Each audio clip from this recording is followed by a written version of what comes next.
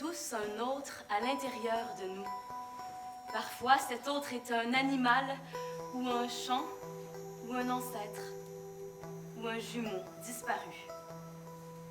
Parfois, on met toute sa vie à savoir qui il est et comment il s'est installé en nous. Moi, depuis toute petite, j'ai une Inuit qui campe dans ma gorge. J'ai envie de vous raconter comment je l'ai découverte. Si je commence par le vrai début, je m'appelle Marie-Pascale Dubé. Je viens pas d'ici, je suis née au Canada. Vous devez l'avoir remarqué à mon petit accent que je parle pas exactement comme vous. J'habite à Montréal. Montréal, c'est en Amérique du Nord.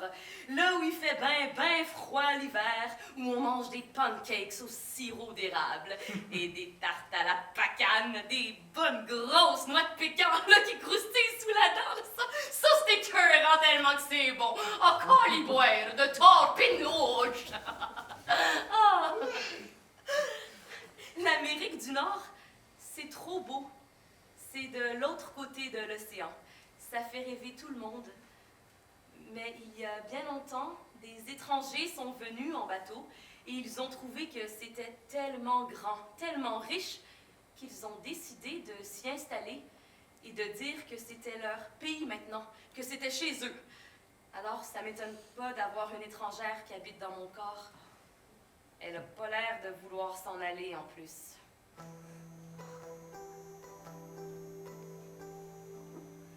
Je sais pas très bien quand elle a emménagé. Ce que je sais, c'est que déjà ma peau aurait pu me prévenir qu'elle partageait sa couleur avec celle de quelqu'un d'autre. Regarde là. Ou là. Je suis pas maquillée. Mon frère, il a un teint de poupée de porcelaine. Il a la peau très claire. Moi, quand je suis née, les médecins ont cru que j'avais la jaunisse tellement j'étais bronzée. Ils ne comprenaient pas pourquoi j'étais pas comme lui. Ça a toujours été moi le problème dans la famille. La bronzée, qu'on disait. La bronzée! Mais le truc le plus flippant, c'est chez ma grand-mère que ça s'est passé. J'ai 8 ans, on est mercredi après-midi et je suis chez ma grand-mère comme tous les mercredis. J'adore lui rendre visite. On écoute de la musique, des disques de partout dans le monde pour qu'on devienne cultivé. Mes parents, ils me disent jamais rien. Mais avec mamie, c'est le fun. Elle nous gronde même pas qu'on fait des concours de rond avec mon frère. Aujourd'hui, ma grand-mère a invité une très bonne amie à elle, Anouk. Elles sont toutes les deux dans la cuisine et nous, on joue dans le salon. Tu peux arrêter, s'il te plaît? Donc, avec mon frère, on commence notre concours.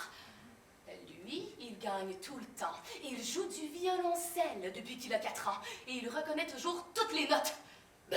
Ah, tu rotes en si. Ah, tu rotes en là. Arrête, qu'est-ce que tu fais là? C'est pas drôle. Je sais pas ce qui m'arrive. Je sais pas comment j'ai fait ça. Ça sort tout seul.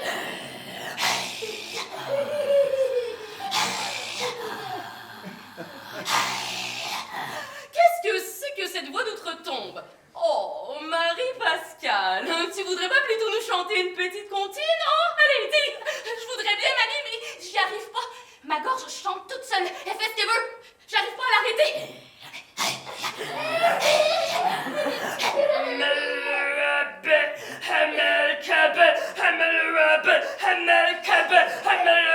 Je fais des sons que j'ai jamais appris.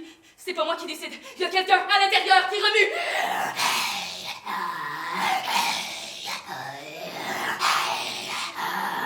Arrête, c'est flippant ton truc. Tu sais pas quelle note c'est, hein? Alors, est-ce que j'ai gagné le concours?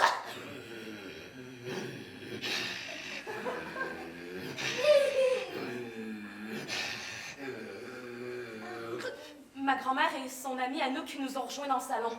Elle rigole pas du tout. Anouk me regarde bizarrement. J'ai pas fait exprès.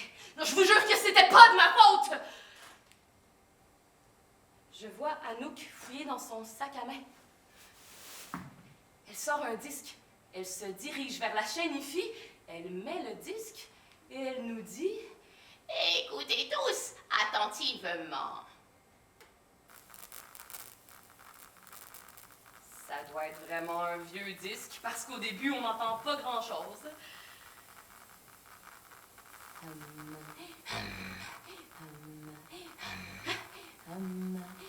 Ça ressemble au son que je viens de faire. Je comprends pas. On m'a pourtant pas enregistré. Il vient d'où, ce disque? C'est quoi ce chant? Ça existe. C'est la voix qui vient de sortir de ma gorge. Exactement la même.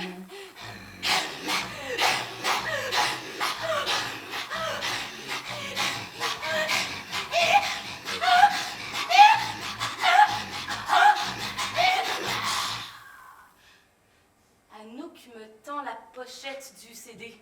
C'est la seule qui semble pas avoir peur de moi. Chant traditionnel inuit. Le chant de gorge.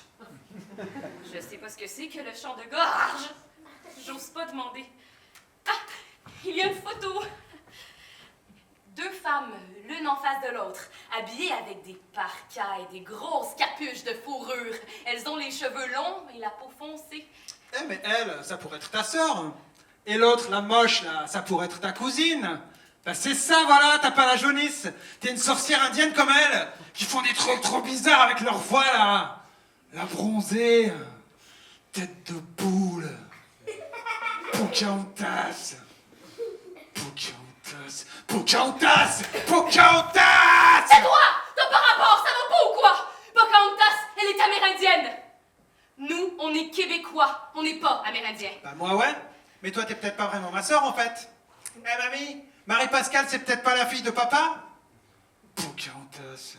Ouh, Pocahontas. Ma grand-mère m'a fait taire! Elle nous a ramenés à la maison et j'ai caché mes larmes. Je voulais pas pleurer devant cet idiot. Anouk m'a laissé le disque en partant. Je sais pas pourquoi, mais ça m'a fait du bien. Elle a dit que je pouvais le garder autant que je le voulais, que je lui rendrai plus tard. Je cherche le livre d'histoire du Canada que ma mère range précieusement à côté des... Ah! Le voilà.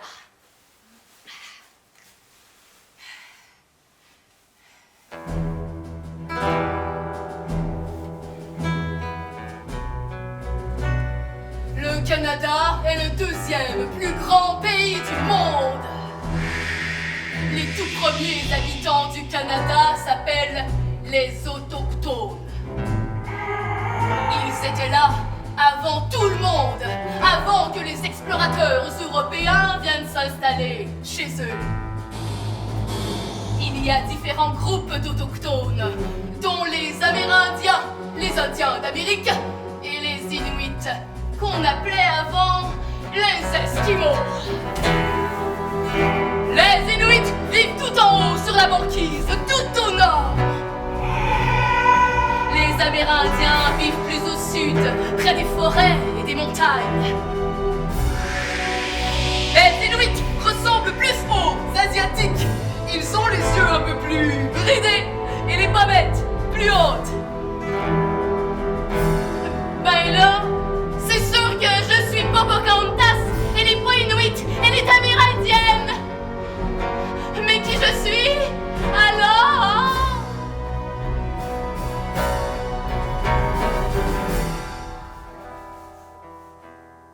C'est vrai que je leur ressemble à ces 2 femmes. Pourquoi est-ce que j'ai l'impression de reconnaître les rythmes de ces chants? Je suis une fille, mais c'est pas toutes les filles qui chantent comme ça. Pourquoi je connais personne d'autre qui fait ça? Un jour, à la récré, j'ai demandé à mon meilleur ami, David, d'essayer de le faire avec moi. Bon, c'était pas une fille, mais comme il chantait très bien, j'étais sûre qu'il serait d'accord d'essayer quand même. Salut! Salut. On se détend, lâche les mains.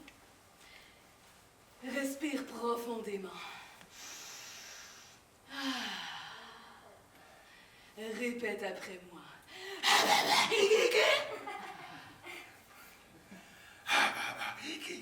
Ouais, on enchaîne.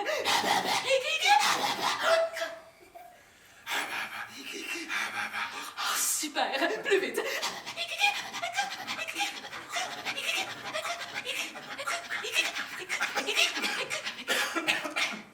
Salut.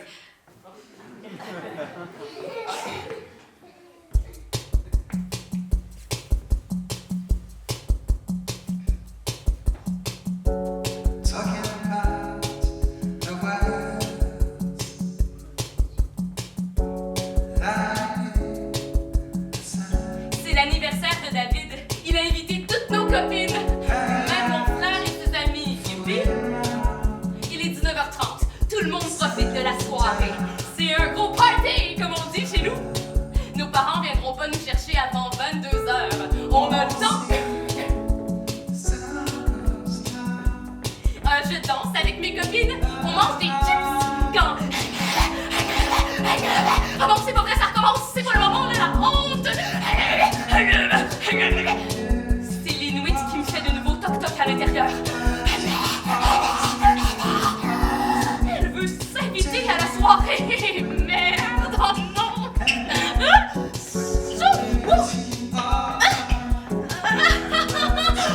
Je décide plus rien. Je sens monter en moi un chant venu de très loin.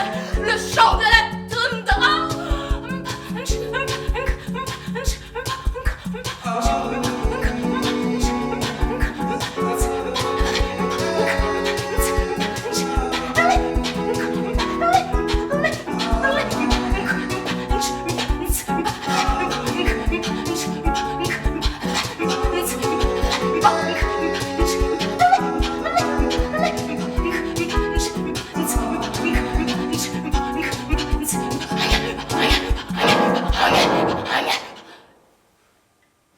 David a rallumé la lumière et les copains de mon frère qui me balancent. Hey la bronzée, c'est quoi ton trip? T'es-tu malade? Tu nous gâches la soirée? Ouais, qu'est-ce que tu fais? Tu veux nous ensorceler? Pocahontas, remonte sur ton kayak puis rentre chez toi.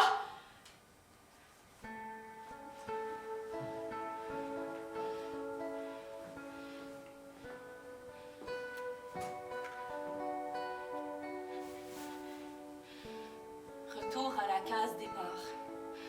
Je suis dans ma chambre. Il me reste plus qu'un biscuit à l'érable. Mon frère me parle plus. Puis je pense que David me réinvitera plus. Jamais. De toute manière, je ferais mieux de plus parler à personne. Va expliquer à quelqu'un que t'es colonisé par une Inuit. Déjà que tout le monde me prend pour une sorcière.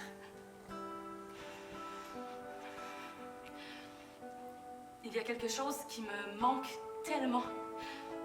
Je réalise que je connais rien de ma famille. Que mes amis savent pas vraiment qui je suis. Puis qu'on connaît pas grand-chose non plus de notre propre pays. On a un trou dans notre histoire. On sait rien des Inuits.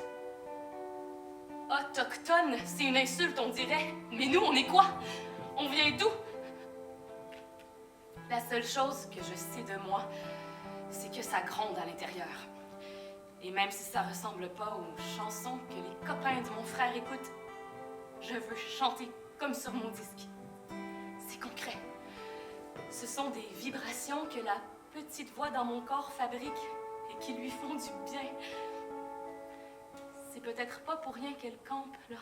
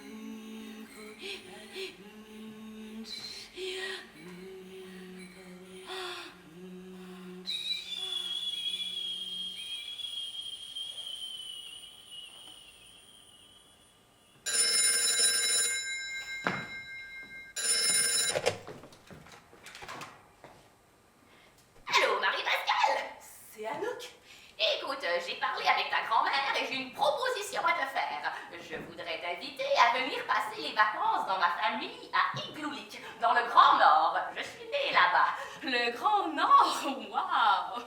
Igloolik, c'est une petite île de glace dans le Nunavut, là où vivent les Inuits. Je ne te l'ai pas dit l'autre jour, mais je fais du chant de gorge moi aussi. C'était moi qui chantais sur le disque. Attends, je comprends pas. Toi, t'es une autochtone? Oui, enfin, je te raconterai. Bon, tes parents ne pourront pas nous accompagner. Il paraît que ton frère va voir son stage de violoncelle pour préparer les auditions du conservatoire. Mais si tu acceptes de venir avec moi, je t'apprendrai le chant de gorge.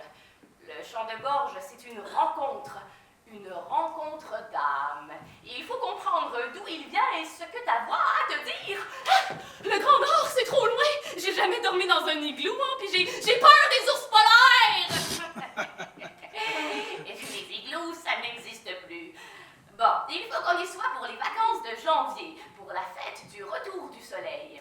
Tu sais, c'est haut le Grand Nord. C'est tellement haut qu'à un moment, il n'y a plus de soleil pendant 2 mois.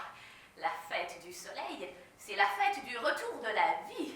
Quand le soleil revient après de longues journées sans lumière, c'est la plus importante pour les Inuits. Habille-toi bien surtout. Et pour les ours? Allô? Allô? Anouk a raccroché. Et puis, janvier est arrivé. Toutes les nuits avant de partir, je croyais entendre des sons graves dans ma tête. J'ouvrais la porte de mon placard tout doucement et j'entendais la musique d'un tambour. C'était un cœur. Le son d'un cœur qui résonnait, qui battait dans ma chambre nuit après nuit. Ma gorge voulait changer son histoire. C'était décidé. Mon frère n'avait qu'à faire son stage de violoncelle. Autant que je parte avec Anouk. Il fallait que je suive ce chant. Il fallait que j'aille à la rencontre de la culture inuite. C'était la seule piste.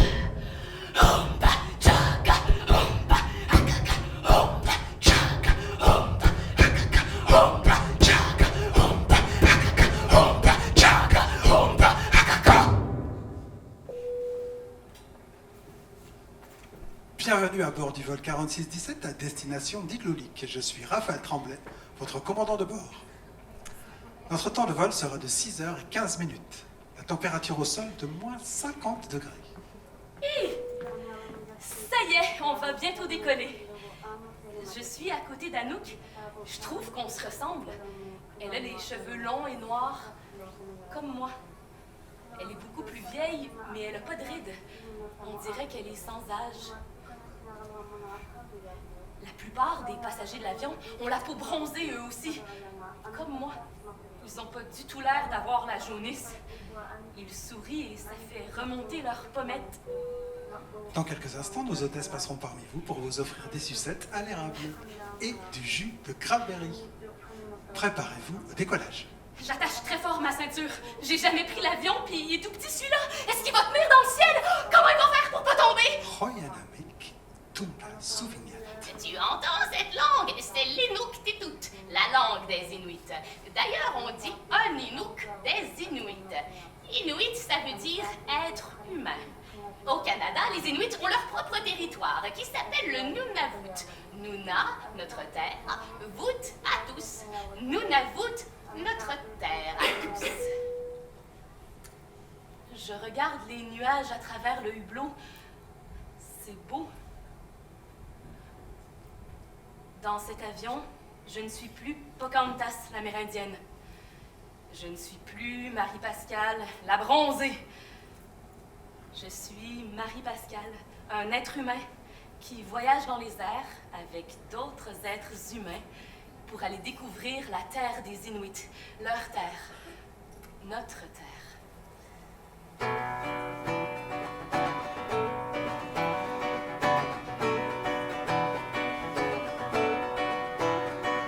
Ce matin, j'ai revêtu ma plus belle parure pour te plaire. J'ai enfilé les couches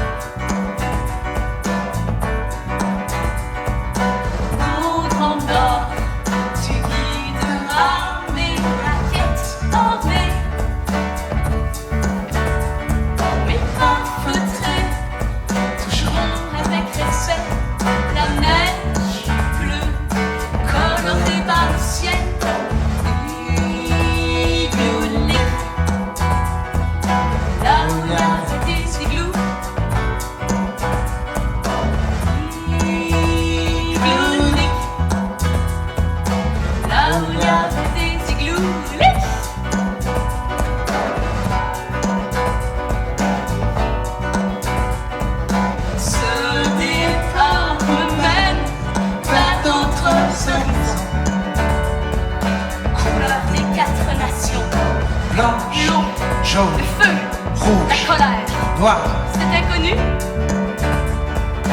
Réfléchis le mystère. Clou-lic. Là où il y a des petits clous. Clou-lic. Là où il y a des petits clous. Lic.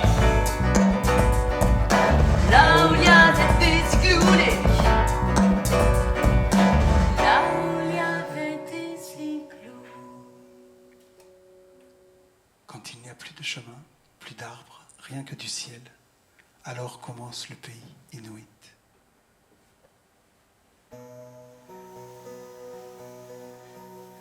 En sortant de l'avion, il est tard. Je vois pas grand-chose. Je me souviens qu'il n'y a plus de soleil depuis 2 mois. C'est sombre, mais très lumineux quand même. Parce que comme le sol est blanc, on le devine même dans l'obscurité. C'est pas comme quand il fait nuit noire à Montréal. Je sais pas quelle heure il est. Si c'est le jour, si c'est la nuit. C'est très étrange. J'observe la banquise tout autour de nous. Rien que de la glace.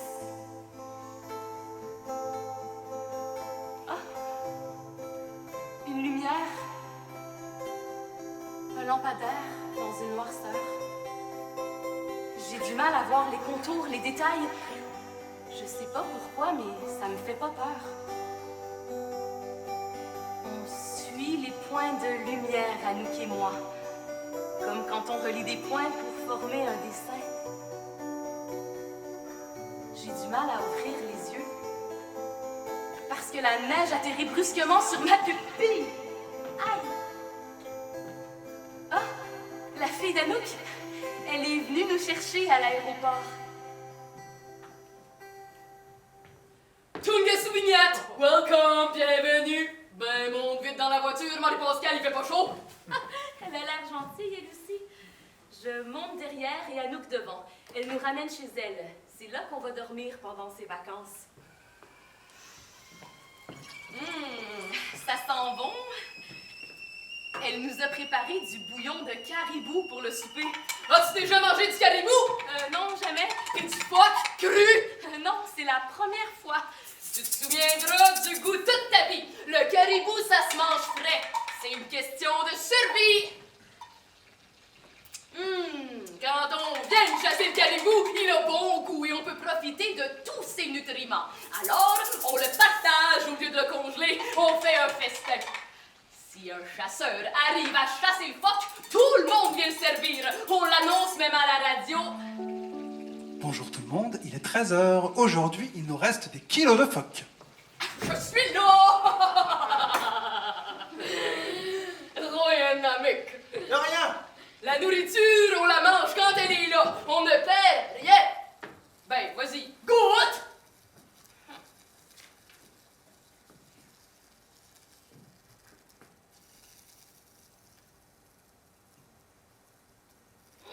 Ah, c'est fort! C'est dégueu! Mais non, il faut manger pour résister au froid. Et on remercie les animaux de nous nourrir, de nous vêtir et de nous réchauffer. Merci. Ah, tous les gars, c'est le moment du chant maintenant. Anouk m'a dit que ça t'aidait à digérer. Tu me montres de quoi ta gorge est capable?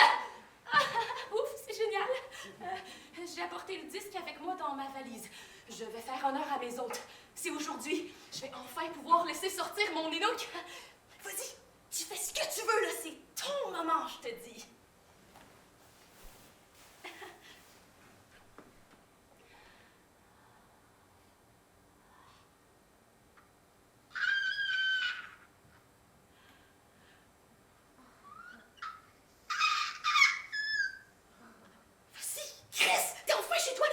Y aller! Sors!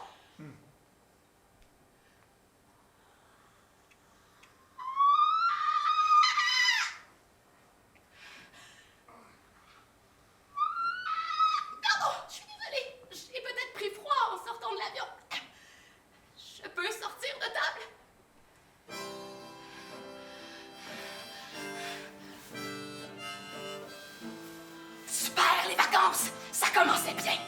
À peine arrivé, j'ai eu une angine. Une angine blanche dans un paysage blanc. La fille d'Anouk avait beau me faire boire des bouillons, des tisanes. Ça a duré, c'était interminable. Je pouvais même pas sortir. Je pouvais même pas poser mes questions sur les Inuits. Je pouvais même pas rencontrer d'autres Inuits.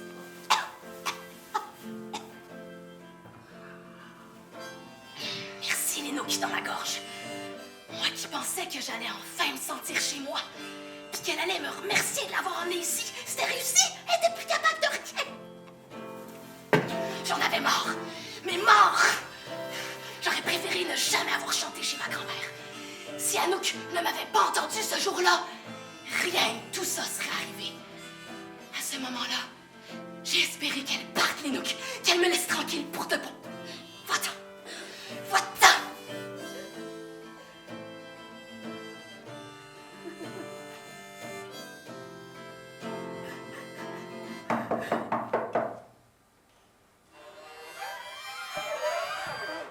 La porte de la chambre s'ouvre.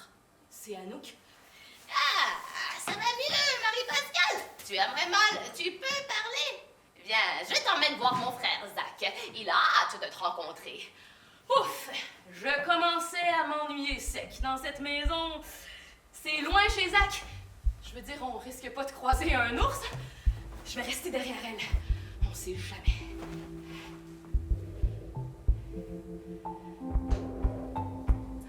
À peine dehors, la beauté de l'immensité de la nature m'envahit. Je marche en m'enfonçant un peu dans la neige. Ça fait crouch, crouch sous mes bottes. Il y a comme des paillettes partout par terre. Tout est brillant. Tout est figé. J'ai l'impression de marcher sur du cristal. Ça me paraît tellement plus vaste qu'à Montréal. J'ai jamais vu un ciel si grand, sans fin. Rien pour arrêter le regard.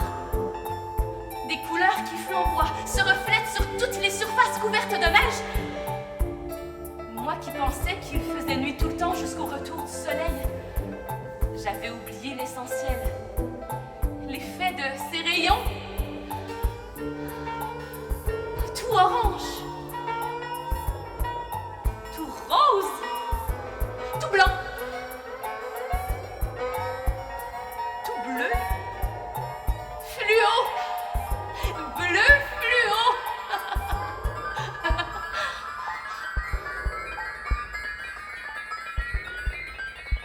On arrive devant chez Zach.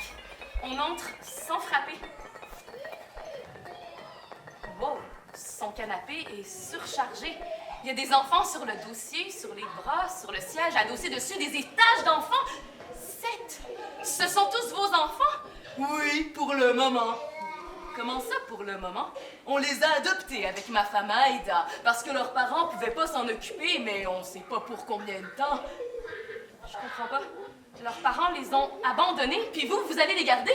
Tu sais, en Inuktitut, il n'y a pas de mot pour dire le mien, le tien, le sien, tous les pronoms possessifs. Ça dépend des moments. Si là j'ai froid, c'est mon pull, j'en ai besoin, hein? Mais si tout à l'heure tu as froid, ça deviendra ton pull si c'est toi qui en as besoin. Ben c'est un peu la même chose pour la famille, les enfants. Si tu as un bébé, par exemple, hein, mais que tu peux pas t'en occuper à ce moment-là, eh ben, ta sœur ou un autre membre de ta famille ou même un ami peut s'en occuper à ta place. Et ça deviendra l'enfant de ton ami pour un temps. Le temps dont il s'en occupera, on s'entraide, on s'écoute. Mais si je restais trop longtemps à Igloolik, puis qu'en rentrant à Montréal, mes parents pouvaient plus s'occuper de moi, est-ce que quelqu'un voudrait bien de moi?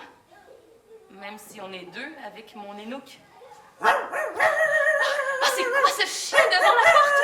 Oh, il est magnifique! Anouk, tu pourras m'emmener faire du chien de traîneau, please! Mais c'est pour les touristes, les chiens de traîneau. Il y en avait avant à Igloolik, du temps des igloos. À cette l'époque, le Canada a été envahi par des étrangers qui ont débarqué sur la terre de nos ancêtres et qui ont fait comme si c'était chez eux. C'est ça, la colonisation. Mon grand-père à moi était français. C'était un aventurier. Il est arrivé à Igloolik avec les colonisateurs. Et c'est ici qu'il a rencontré ma grand-mère, une autochtone qui était née dans un igloo. Tu vois, il n'y a pas de trou dans mon histoire à moi. Bon, je le sais qu'au début, mon grand-père, c'était un étranger, mais ils sont tombés amoureux. Oh, ils s'aimaient très fort. Et finalement, il est resté vivre ici.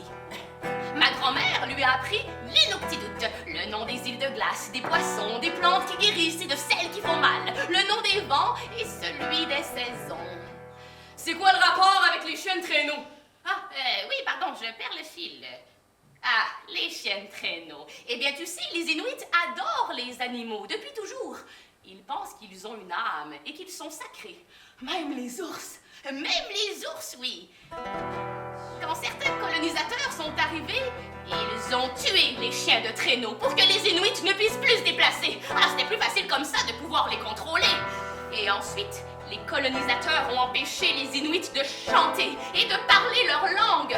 Ils ont mis leurs enfants dans des pensionnats pour les éduquer autrement, pour tuer l'Indien en eux, qu'ils ne sachent plus d'où ils venaient. C'est pour ça maintenant qu'il faut chanter, pour affirmer nos droits, pour retrouver l'esprit de nos ancêtres. Dilumpam, dile, dilumpom, dilou, dilumpam, dile, dilumpam, dile, dilumpam, dile, dilumpom, dilou, dilumpom, dilou, dilumpam, dile, dilumpam, dile, dilumpom, dilou, dilumpom, dilou, dilumpam, dile. Anouk chante dans cette langue qui n'est pas la mienne. Son souffle s'accélère.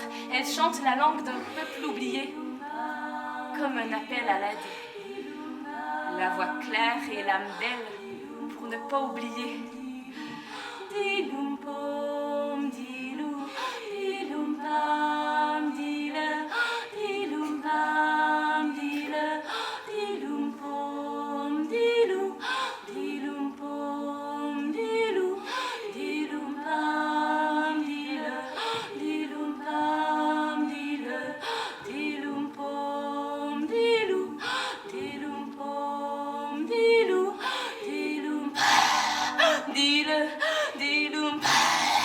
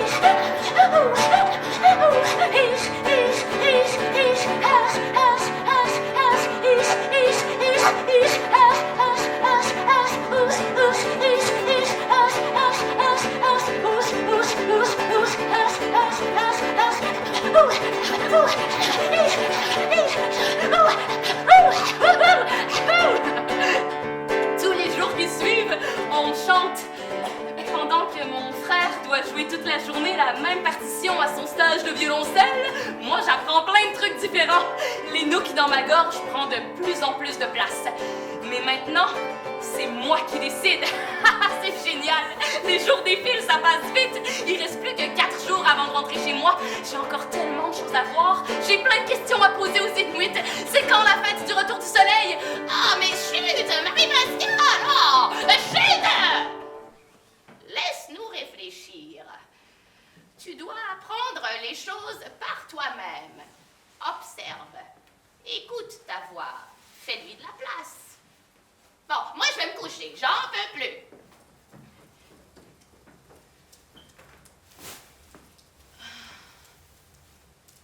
Tout le monde dort ici. Je suis sûre qu'ils font semblant. Anouk m'a dit de me taire alors que c'est elle qui m'a invitée. Faudrait savoir. Quoi? Qu'est-ce que tu dis, toi? T'as bien raison. On est bien capable d'y aller nous-mêmes chercher le soleil. Je vais partir explorer la banquise pour voir le soleil se lever. Lénouk et moi, on le sent. C'est aujourd'hui qu'il va se montrer. Faudrait surtout pas rater ça. Ce que je veux, c'est vivre en grand, traverser le froid et les bourrasques, fier de mes bottes en peau de phoque et de mes moufles en intestin de caribou, résistante comme le renne et agile comme le renard des neiges. Je suis prête à tout. Je sors pour saluer le printemps qui s'en vient.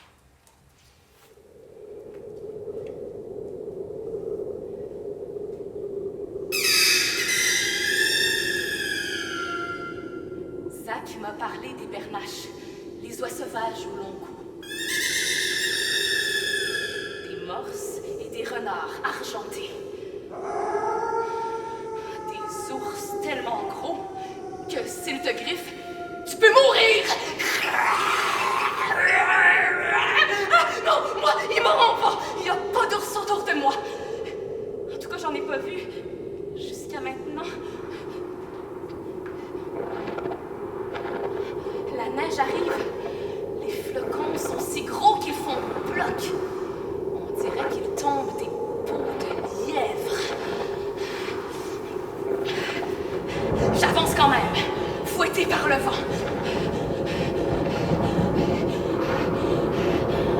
Mes cils et mes sourcils se recouvrent de givre. Je continue. Si je vais assez loin, je le retrouverai le soleil, c'est sûr.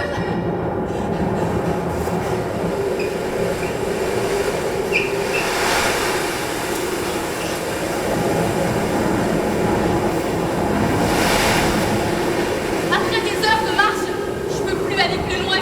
J'arrive à la fin de la banquise. Il n'y a plus que la mer à mes pieds. Je suis bloquée. Le vent me pousse vers l'eau. Mes genoux, elles doivent être glacées. Je veux pas tomber. Je voudrais retourner à Montréal, manger une tarte à la bacane. Je pensais pas partir longtemps. Je voulais juste voir le printemps.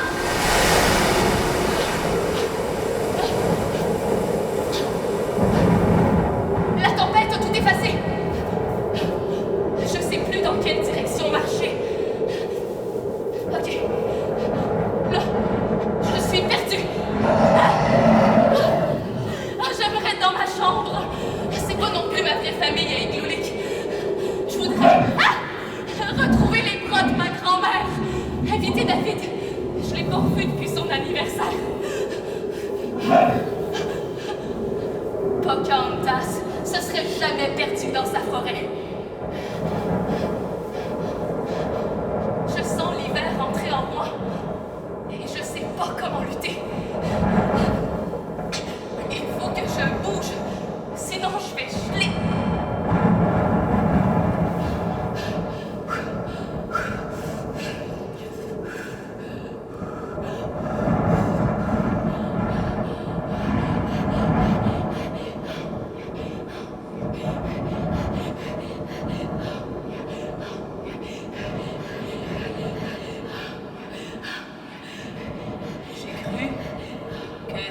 Forte, comme une déesse. J'ai cru que je pourrais me mesurer à la nature sans réfléchir avant de sortir. râles feraient fuir ceux des ours.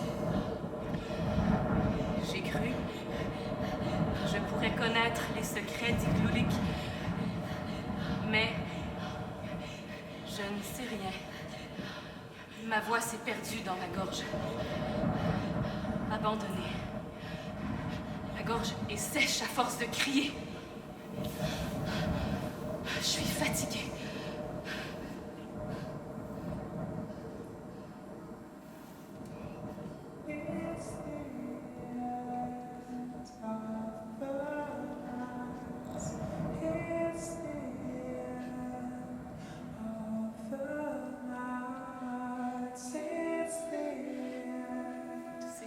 Dans le ciel, cette lueur, un long filament vert qui s'étire comme de la fumée, traçant derrière lui des ondulations très fines, de petites vagues qui rejoignent les étoiles, juste au-dessus de ma tête. C'est magique. Une aurore boréale prend forme et me salue. On dirait un extraterrestre qui m'écrit un poème dans le ciel.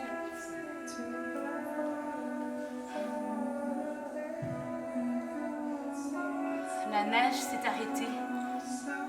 Je veux entendre ce que la terre des ancêtres a à me dire.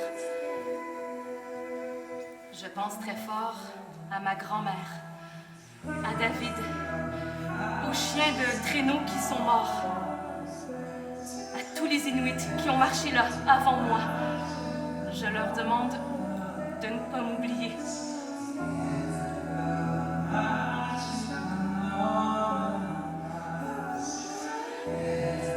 Le dessin vert avance tranquillement dans les airs et prend la forme d'un ours pour m'indiquer la route.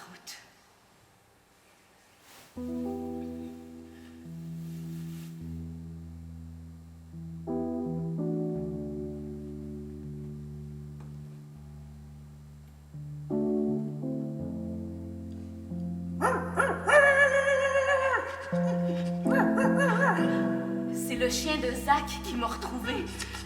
3 coups de langue. J'entends une voix douce et chaude qui se glisse dans mon oreille. 2 coups de langue. Debout, en face de moi, je vois Anouk qui fait remonter avec son souffle tous les chants qu'elle m'a appris. 1 coup de langue. Les graves d'Anouk qui vibrent. La douceur de sa voix. La vie revient. Quand un chant est offert, il ne meurt jamais. Ceux qui viendront l'entendront. Maintenant, le soleil s'est levé dans ta gorge. Il brille et te réchauffera toujours. Viens sur mon dos, on rentre à la maison.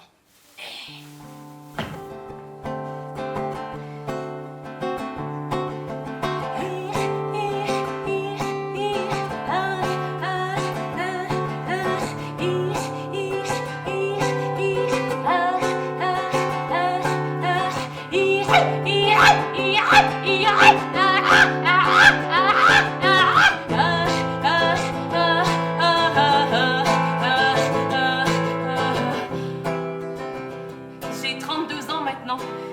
J'habite entre Paris et Montréal. J'ai un chien.